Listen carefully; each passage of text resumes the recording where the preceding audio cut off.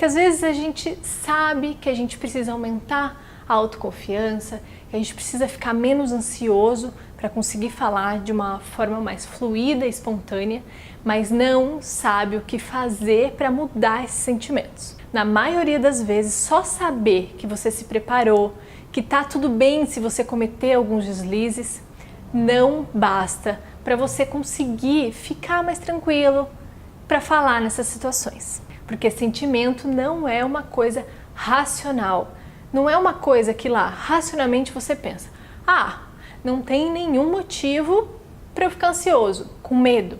E puf, desligou a chavinha e eu não me sinto mais assim. Não é assim que funciona, né?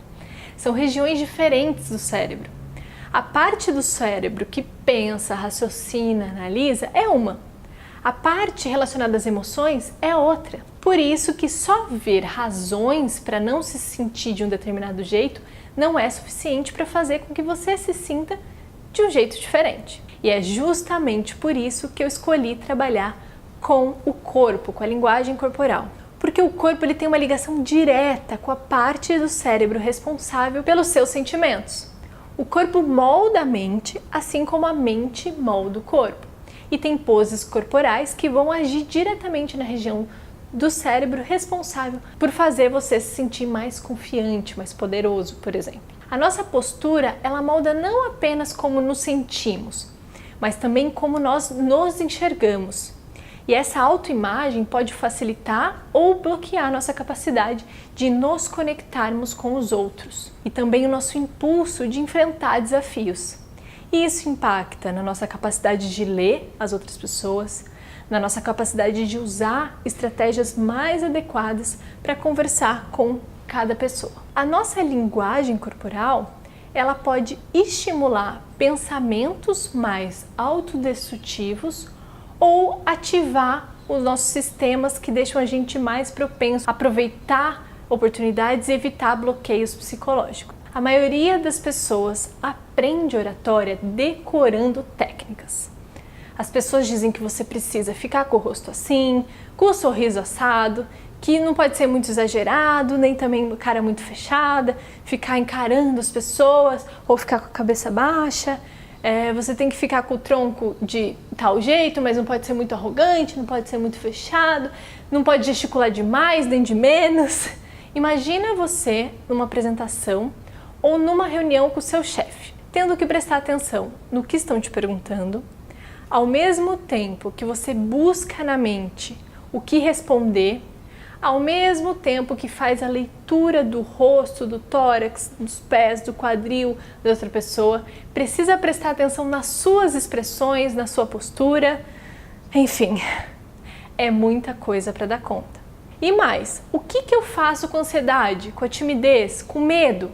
Eu guardo no meu bolso, eu fico lá torcendo, rezando para que eles sumam, rezando para não ter nenhum branco e me atrapalhar na hora que eu for falar? Isso é insano. Na minha experiência, eu percebi que é muito mais eficaz desenvolver a inteligência corporal e treinar o seu corpo a ter uma linguagem corporal mais equilibrada, mais harmônica e tudo isso de uma forma espontânea, sem você precisar ficar lá pensando nisso tudo na hora que você está conversando, na hora que você está se comunicando com alguém importante ou apresentando uma ideia, sendo avaliado por isso. Dá muito mais resultado praticar os exercícios da neurociência e ensinar o seu sistema nervoso a diminuir a ansiedade antes dessas situações. É que esse tipo de linguagem ela se alinha com a forma em que o cérebro funciona. O cérebro ele tem duas partes fundamentais: o córtex, que é a parte mais externa do cérebro, e o sistema límbico, que é a parte mais interna lá.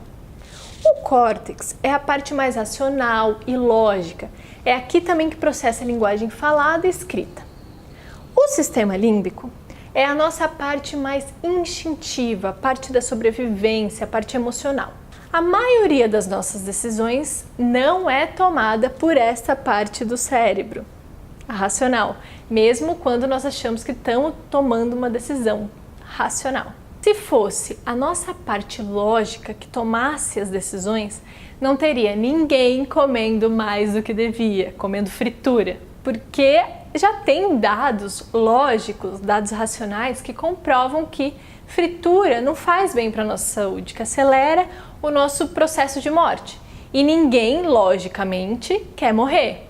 Mas nem por isso nós deixamos de comer fritura. Isso porque a grande maioria das nossas decisões são tomadas aqui, no sistema límbico. Mesmo quando você não está ciente de que é essa parte que está tomando as decisões. Se fosse somente a parte lógica, a gente pensaria, não tem nenhum motivo lógico para eu ficar com medo de falar em público. E puf, esse medo sumiu e não está mais ali. E não é assim que funciona.